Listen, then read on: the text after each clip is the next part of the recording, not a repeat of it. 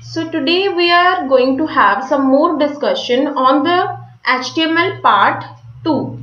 So the various important topics that we are going to cover today are: the first, we will discuss about how to set the background picture, then about commenting section, then in the third part we will discuss about hyperlink. After this, we will have information on horizontal ruler, then about the font tag. So in the last, we will discuss about list element. So let's move to our first slide, how to set background picture. So in case we are in the need that we have to arrange one picture in the background of the web page, then we can use this background element. So we can give it in the body tag. Body tag background is equal to picture URL. So in the picture URL, we need to give the name of the picture. But one thing we must remember that along with the picture name, we need to mention the folder name and the extension of the image also. So let's have the output for this. So we can check the output over here. Body background is equal to, in the double quotes I have given the name of the image, apple.jpg. So we can view the output also. So let's move to our second slide. What is comment? Actually, comment is a non-executable code. The basic purpose for giving the comment is that we will have the better understanding of the content if in case we are using it in the future or in the later use also. So it does not display any kind of output in the web page, but it will provide the good understanding of the code. The basic reason is that after creation of the whole web page, we will have a lot of executable codes. So for understanding of those executable codes, we can give the different commenting for the different sections. So this is the syntax for giving comment.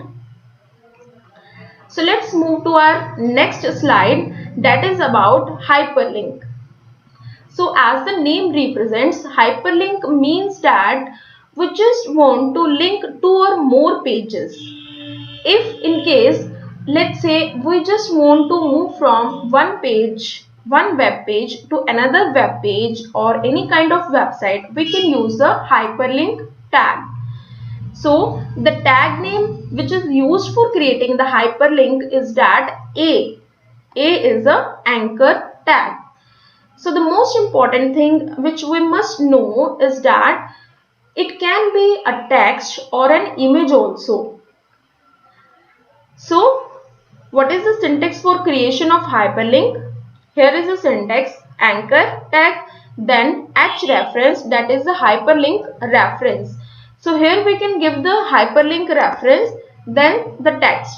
Next slide, that is the different types of hyperlink. Basically we are having three types of hyperlink in HTML. The first one is internal, then external, then third is local hyperlink. First, internal hyperlink, how to use it.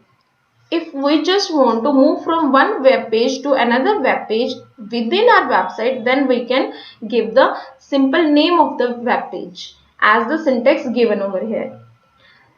Then about the external hyperlink. In the external hyperlink, we can give name of any website or any URL we can provide over here. So this is external hyperlink. In the local hyperlink, we can move from one part to the another part of the web page.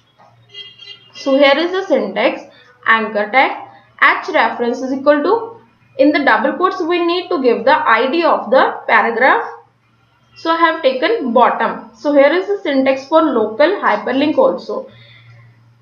It will just move to the bottom part of the web page. So these are the three types of hyperlink. So here is the output also. How to use the hyperlink. So this is the syntax. So let's move to the next slide, that is about horizontal ruler. In case of horizontal ruler, it is just used to give one singular line. just a horizontal line. For that, we can use different attributes like size, color, width, align, etc. So these are the basic attributes that work in combination with the horizontal ruler tag. So here is the syntax.